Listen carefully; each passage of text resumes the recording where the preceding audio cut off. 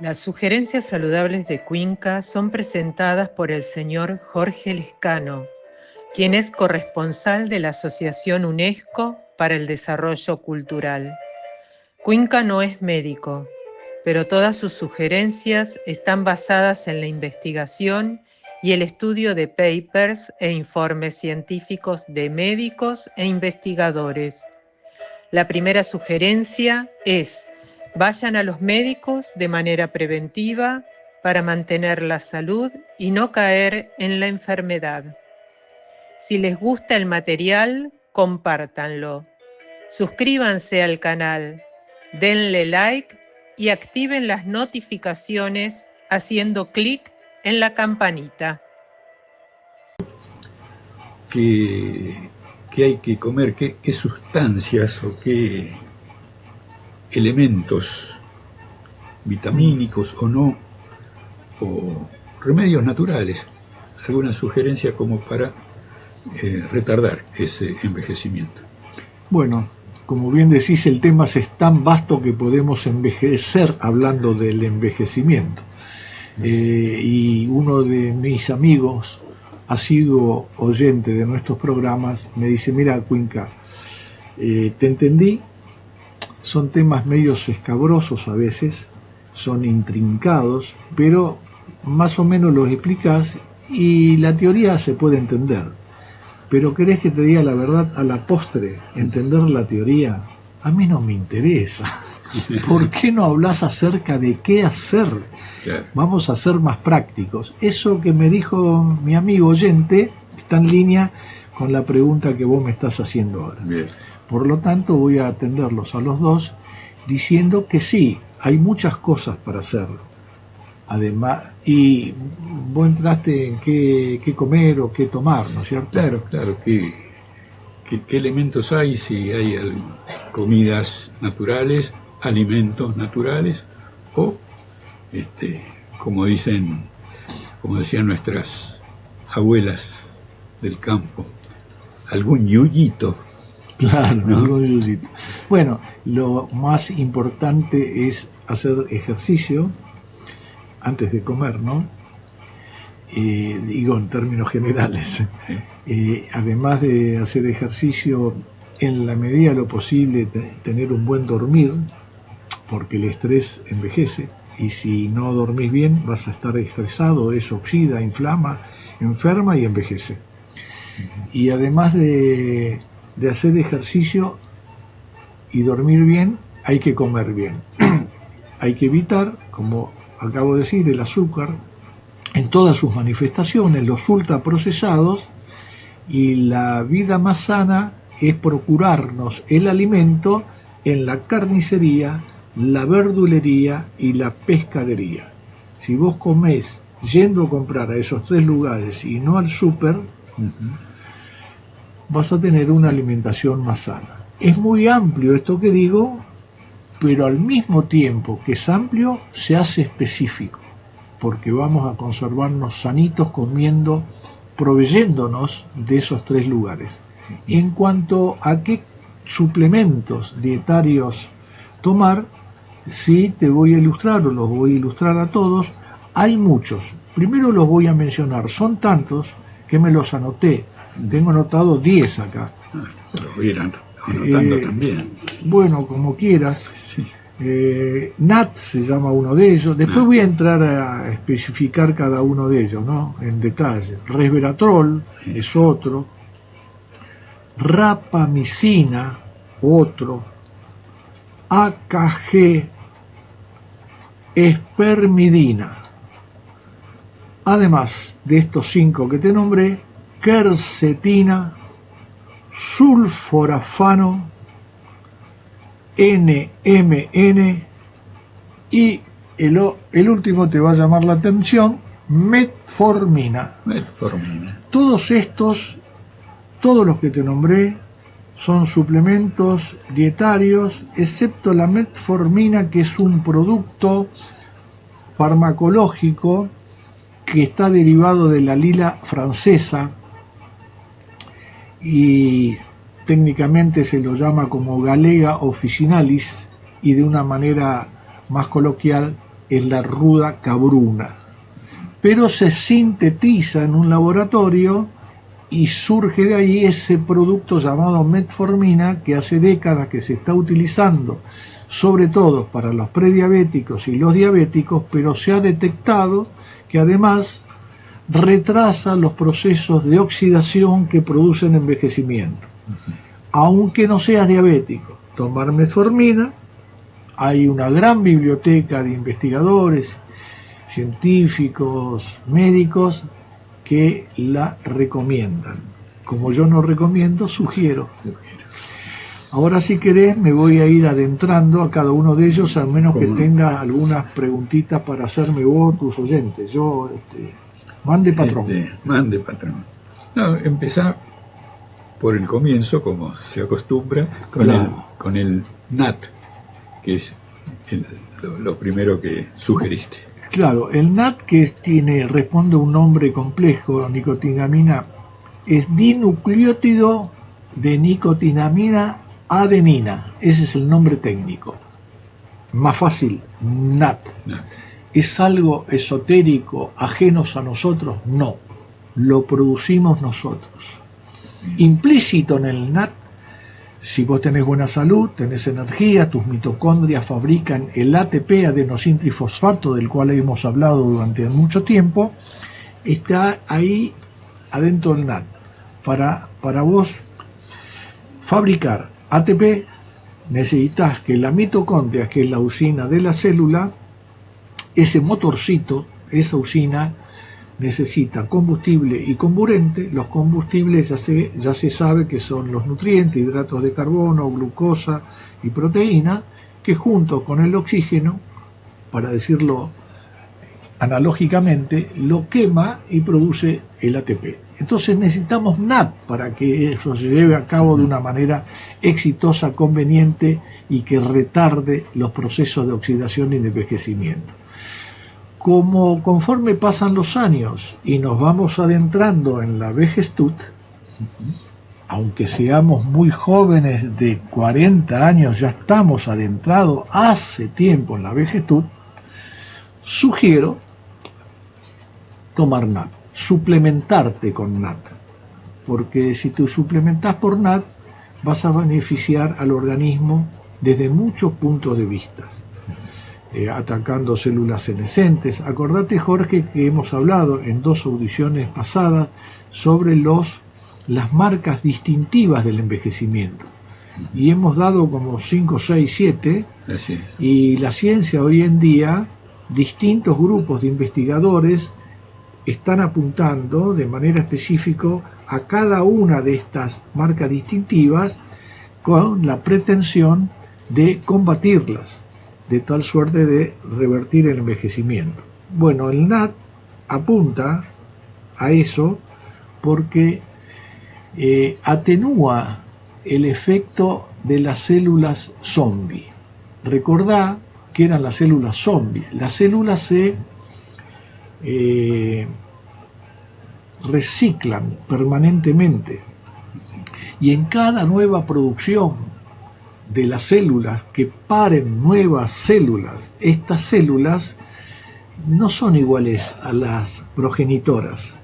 Con el paso de los años, ¿no? Se empiezan a perder cosas, se empieza a ralentizar el proceso de telómeros. Los telómeros se acortan, pero la ralentización a expensas de estas sustancias suplementarias se trata de atenuar. Por ejemplo, antes se decía que la longitud de los telómeros, que es el extremo cromosómico, ya hablamos, ya estoy cayendo de nuevo en tecnicismo, que mi amigo me dijo, no, anda al grano, contá qué sirve. Bueno, aguantó un cachito.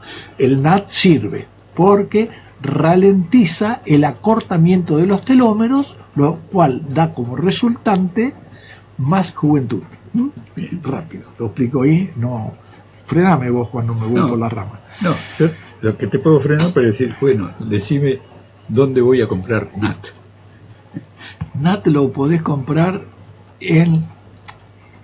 hay droguerías que venden NAT en cantidades importantes para que te salgan más económicas.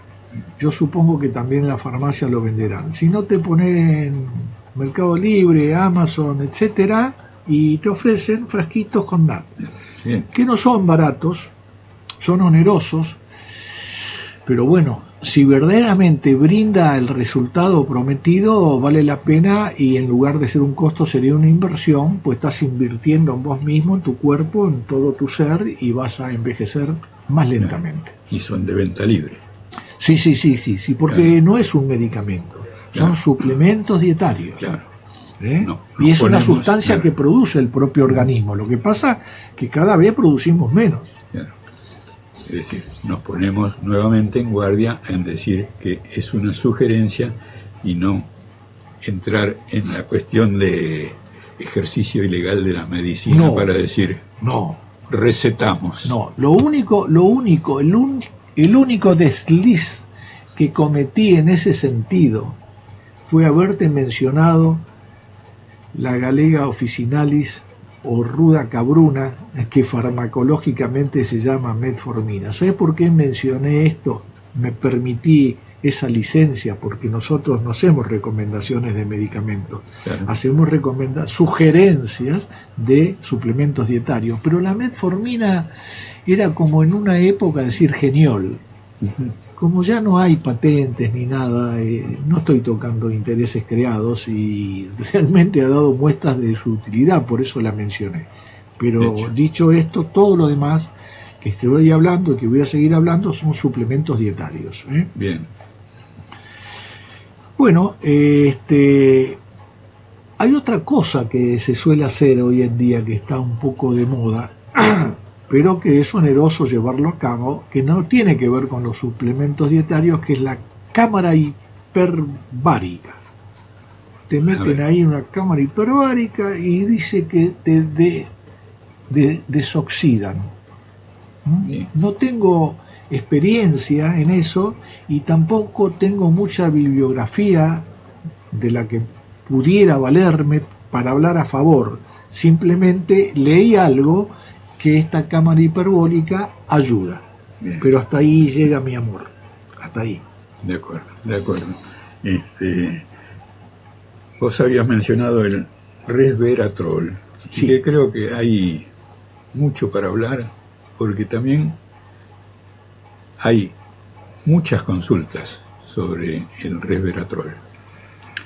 Bueno, el resveratrol está en la cáscara de la uva, por lo cual tenés resveratrol en el vino, por lo cual muchos bebedores de vino, sociales o consuetudinarios o exagerados, se ponen contentos cuando yo le digo, era eso, ¿viste? Yo tomo vino, estoy contento, eso es lo que me hace bien. Resulta ser que para que tenga algún efecto fisiológico comprobable, deberías tomar, dependerá del vino, si es Malbec, Cabernet Sauvignon, Chirac, etcétera, dependiendo del vino, promedio 110 botellas de vino por día. Bien. Te tomas 55 en la mañana y si llegás, 55 en la tarde. Como tu sonrisa demuestra que esto es imposible, aunque los borrachines se van a poner muy contentos, claro, te vas a morir mucho antes. No sé en qué número de botella. Te va a dar un ataque cardíaco y te vas a morir. Entonces, la ciencia dice, bueno, ¿cómo podemos hacer para trampear un poco esto? Porque es tan beneficioso el resveratrol, pero tan poco hay en el vino, que tenemos que conseguirlo de otra manera. Entonces, a partir de la cáscara de la uva, también la cáscara del arándano tiene resveratrol. Y se desarrollaron unos procesos que lo obtienen, lo concentran y te tomás la pastillita de resveratrol o un polvito de resveratrol disuelto en aceite de oliva, por ejemplo, o en aceite de coco, y el resveratrol tiene la virtud de ser antioxidante y de atacar las células senescentes. Hace un rato hemos mencionado las células senescentes. ¿Cuáles son las células senescentes? Y tus sugerencias para qué hay que tomar, comer. Claro, ¿qué suplementos? Estábamos hablando del resveratrol y me quedó pendiente decir que las células en su proceso de reciclado, que dan lugar a nuevas células que crecen, se desarrollan, envejecen y mueren como el cuerpo humano, todo, el resveratrol apunta a esa parte, logra que se ralentice ese proceso. Es un antioxidante bastante importante, el resveratrol, y ataca las células zombies, porque en el proceso de regeneración de las células, en el reciclado de las células, hay algunas que vienen fallidas y ya no cumplen la función, pero no mueren ni se suicidan. Hay que barrer del organismo, y hay otras que quedan ahí molestando, que son las llamadas células senescentes o células zombie, que esas perjudican, atentan contra el proceso de envejecimiento. El resveratrol acude a ese proceso, evita que se formen las células senescentes, el resveratrol. Aparte, no es que erradique todas las células zombie, porque las células zombie, ¿por qué hay que erradicarlas? Porque contaminan a todas las células de su entorno. Es como la manzana podrida dentro del cajón. Va a terminar mal todo el cajón. Bueno, las células zombies igual. Todas sus células aledañas terminan enfermándose. Entonces el resveratrol mejora esta parte. Correcto. Además el resveratrol es muy bueno para las neuronas, porque evita el envejecimiento de las neuronas. Para pensar de una manera rápida, resveratrol, pensás, bueno para el cerebro. Si empezás a tener pérdida de capacidad cognitiva, tomar resveratrol. El tema es que te percates de tu pérdida de capacidad cognitiva, porque hay veces que no te das cuenta en un estado grande, avanzado, ¿no? Reduce en definitiva el estrés oxidativo. Y además tiene un efecto supresor de la restricción calórica. Es como un mimético de la restricción calórica. Y eso me da pie para que me explaye sobre un tema que acabo de enterarme. A ver. Habíamos dicho en otras audiciones que la restricción calórica era favorable porque ralentizaba el proceso de envejecimiento. Entonces había que comer poco. Yo mismo sugerí muchas veces que hay que comer poco y pocas veces. Bueno, te cuento que la cantidad de papers, informes y libros de los cuales he leído esto, es predominante el concepto de que hay que comer poco.